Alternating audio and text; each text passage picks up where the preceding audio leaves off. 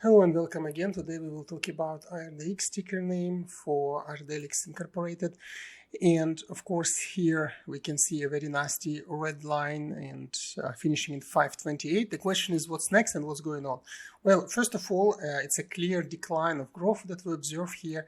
Not to say that it is not expected, because after this very nice small channel of decline, we saw a very strong upwards move, and some people thought, well, this might be an indication of actually change of the trend. But of course, overall moving average 200 behavior and its deceleration, and the fact that second derivative of it is actually negative, shows that we can't expect any long-term for now growth, and most probably it will decline.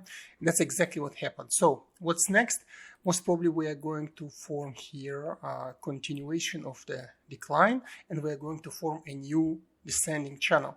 Will it be the same channel as this one we just draw here? Well, I don't think so. Usually what happens, and you can clearly see we stuck somewhere in the vicinity of it. We started on top of it and we finished somewhere at the bottom of it. But usually what happens, we might form a lower channel. So another channel will be even lower. The angle of it now, it's a bit difficult to describe and to predict. We can only say that this would be the pivot point for the beginning, for the top. The lower part might be this one as well, so it might be anchoring there. But exactly if you want to know about its levels, well, for now it would be a bit difficult to say. So definitely we need to know what would be this point, the anchoring point here. So what we need to observe is actually, if we would look at the rebounds, that's what we need to observe. We need to observe the point where it will rebound. So technically we want to know how long it will descend and when it will go higher. So when we know this first point and the lower point, then we know about the channel formation. Before that, I would just wait, because it might be really nasty down and then form not even a channel, but kind of a droplet formation. So what's the difference? There are two types of formations you can have. One is a channel formation. Let's draw it here. When your price declines within the channel, so when it goes, simply speaking, like this, then certain moment there's a breakout and growth. Another possibility is when you don't have this linear channel, but you have a price going like this, then volatiling and either growing higher or going another one like this. These type of behaviors are usually more, let's say, normal for cryptos, because there is no actual information behind it. But sometimes when stocks are affected by news and more controlled by market manipulation rather than by technical control and technical trade, these formations might also happen. This is also very common for stocks, as I said, under heavy news, also called small stocks.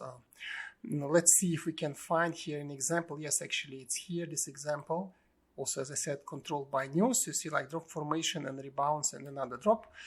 And usually when it's within the classical channel trade, then you have these channels like here, etc. So these are two types of things that you might observe. And in this case, let's remove the drawings.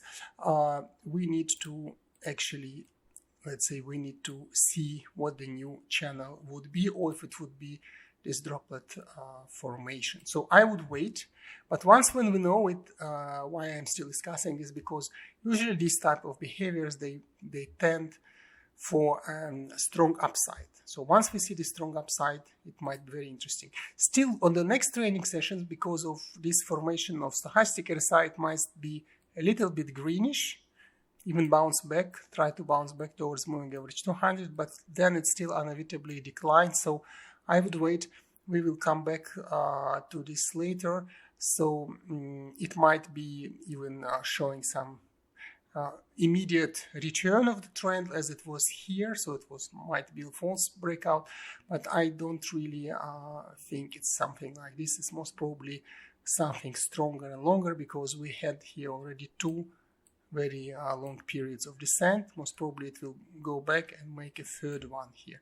So let's wait for this. For now, just wait, and this video is mainly to explain you what's happening and what we can expect in near future. If you like this way of study and analysis, don't forget to subscribe to our channel, press the bell button. This way you will not miss our new videos and new interesting discussions for US-based stocks.